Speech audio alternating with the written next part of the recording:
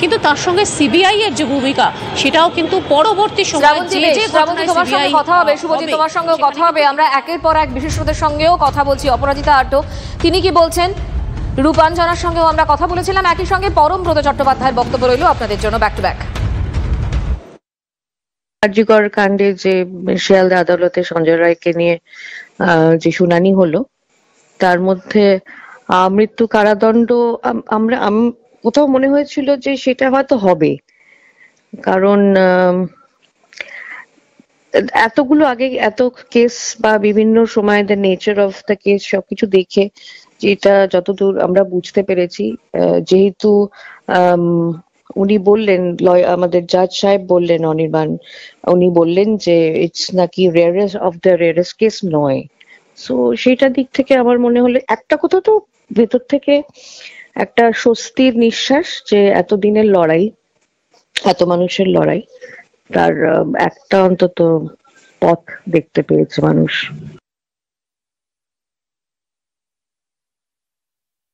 যথেষ্ট তদন্ত হয়েছে, যথেষ্ট কিছু হয়েছে, মানুষ অনেক চেষ্টা করেছে, সাধারণ মানুষ যেভাবে পথে নেমেছে তারাও অনেক চেষ্টা করেছে, কিন্তু তারপরেও যদি এই সিদ্ধান্ত হয়ে থাকে যে শুধু সঞ্জয় রায়ই দোষী, এবং এজেন্সি যদি সেটাই বলে থাকে এবং কোর্ট যদি সেটাই রায় দিয়ে থাকে, তাহলে নিশ্চয়ই ওই দোষী, যাবজ্জীবন কারাদণ্ড হয়েছে।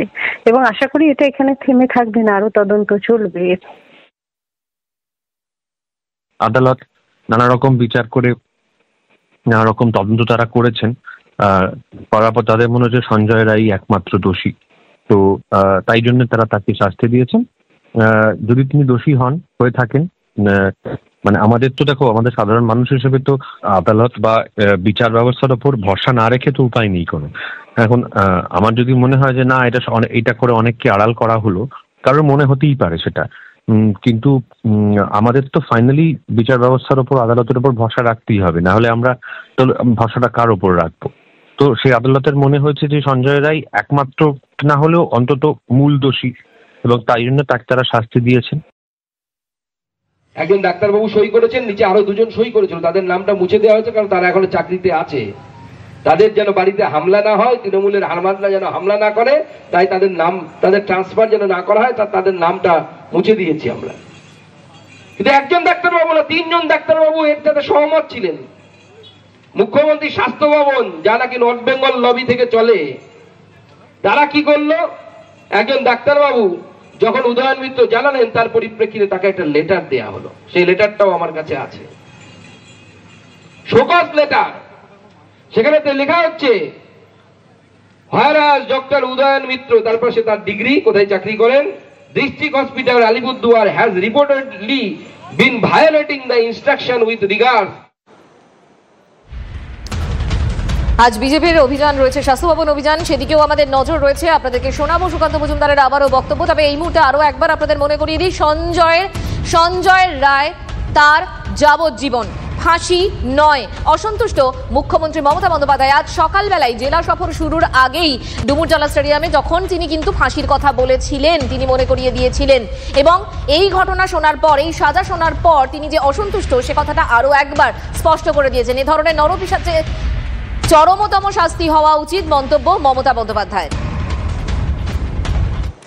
আমরা প্রথম দিন থেকে ফাঁসির দাবি করে এসেছিলাম এবং আজকেও আমরা সেই দাবিতে অটুট আছি।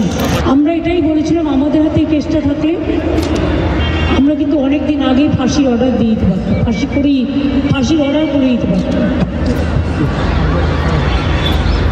আমি জানি না কিভাবে লড়াই করেছেন, কি করেছেন, কি যুক্তি। আমাদের হাত থেকে তো কেসটা ইচ্ছা করে কেড়ে নিয়ে চলে গেল। আমরা তো বলেছিলাম, আমরা যদি করতে না পারি তাহলে আপনারা সিবিআইকে দিন, আমার কোনো আপত্তি নেই, কারণ আমরা চাই বিচার হোক। এই নরপিশাচদের চরমতম শাস্তি হওয়া উচিত। আই এম নট স্যাটিসফাইড, কারণ আমি ফাঁসি হলে অন্তত মনকে সান্ত্বনা দিতে পারতাম। একই সঙ্গে কুণাল ঘোষের বক্তব্য শোনাবো আপনাদের। রাজ্য পুলিশ বিভিন্ন জেলায় যে ঘটনাগুলি ঘটেছিল তাতে শেষ পর্যন্ত ফাঁসির রায় হয়েছে, বিচারকরা দিয়েছেন।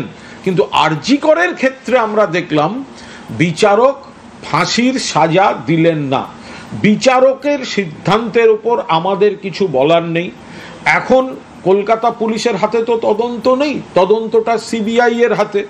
এখন সিবিআই হায়ার কোর্ট যাবে কিনা, কলকাতা হাইকোর্টে গিয়ে এই রায় চ্যালেঞ্জ করে ফাঁসি চাইবে কিনা, এটা সিবিআই এর বিষয়। আমরা মনে করি আরজি করে যে পৈশাচিক ঘটনা, যে নারকীয় ধর্ষণ এবং হত্যাকাণ্ড এই দোষী করেছে, যে ইতিমধ্যেই সংশ্লিষ্ট আইনগুলিতে দোষী সাব্যস্ত, তার ফাঁসির সাজাটাই উপযুক্ত শাস্তি, দৃষ্টান্তমূলক শাস্তি। অধীর রঞ্জন চৌধুরীর বক্তব্য আমরা পেয়েছি, শোনাবো আপনাদের। পাশাপাশি বিকাশ রঞ্জন ভট্টাচার্য কি বলছেন শুনুন। রাজ্য এখন দেখাতে চাইছে সিবিআই ফেল, তার জন্য এই অপরাধীকে ছেড়ে দিয়ে প্রমাণ করাতে পারে যে দেখো সিবিআই পারলো না, আমরা কি করব। কোটি কোটি টাকার খেলা আছে এর পিছনে। পশ্চিমবঙ্গের প্রশাসন, পশ্চিমবঙ্গের সরকার নিজেরাই ব্যাপারে উদাসীন। না তো যে পরিবারের কাছে মুখ্যমন্ত্রী মমতা ব্যানার্জি কুমিরের কান্না কেঁদে সহানুভূতি আদায় করতে গেছিলেন, আজকে সেই পরিবারের পাশে নেই কেন মমতা ব্যানার্জি? স্বাভাবিক রায়, বিচারপতি এটাকে যাবজ্জীবন কারাদণ্ড দিয়েছেন, এ তো যথেষ্ট কঠিন সাজা। মৃত্যুদণ্ড না দিয়ে ঠিকই করেছেন বলে আমার মনে হয়। প্রথমত মৃত্যুদণ্ড থাকাই উচিত না।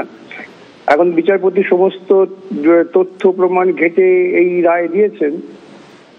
এখন এই রায়ের বিরুদ্ধে যিনি সাজাপ্রাপ্ত তিনি আদালতে, উচ্চ আদালতে যেতে পারেন, এটাতে অসুবিধা কিছু নেই।